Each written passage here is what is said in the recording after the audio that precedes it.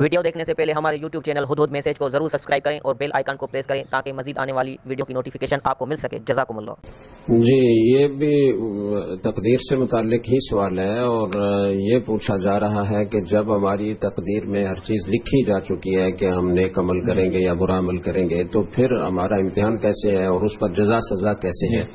تو اس کو یوں سمجھ لینا چاہیے کہ اللہ تعالیٰ نے اپنے علم ازلی کی بنا پر لکھا ہے کہ یہ آدمی نیک عمل کرے گا اور جنت میں جائے گا، یا برے عمل کرے گا اور جہنم میں جائے گا۔ اس علم کی بنا پر کوئی آدمی مجبور نہیں ہوتا، اس علم کی بنا پر کوئی آدمی مجبور نہیں ہوتا۔ مثال کے طور پر ایک استاذ کو درسگاہ میں طلباء کی کیفیت معلوم ہوتی ہے، کون اچھا پڑھ رہا ہے، کس کا ذہن کیسا ہے، کون محنت کرتا ہے، کون نہیں کرتا۔ اب ایک طالب علم کو استاذ نے مخاطب کر کے کہا کہ تم فیل ہو جاؤ گے امتحان میں، تو اب کیا وہ محنت نہ کرنے پر مجبور ہو گیا؟ کیا وہ فیل ہونے پر مجبور ہو گیا استاذ کے یہ کہنے سے؟ استاذ نے تو ایک اندازے سے بات کہی، اللہ تعالیٰ تو اپنے علم کی بنا پر یقینی بات فرماتے ہیں، تو اللہ تعالیٰ کے اس علم کی بنا پر کوئی آدمی مجبور نہیں ہوتا۔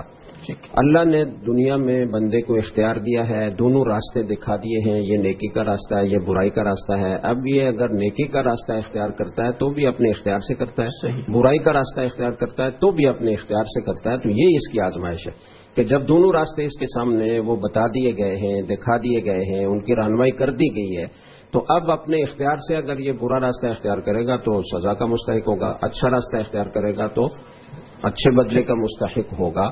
تو یہ نہیں سوچنا چاہیے کہ جب لکھ دیا گیا ہے تو پھر ہم نیک عمل کیوں کریں۔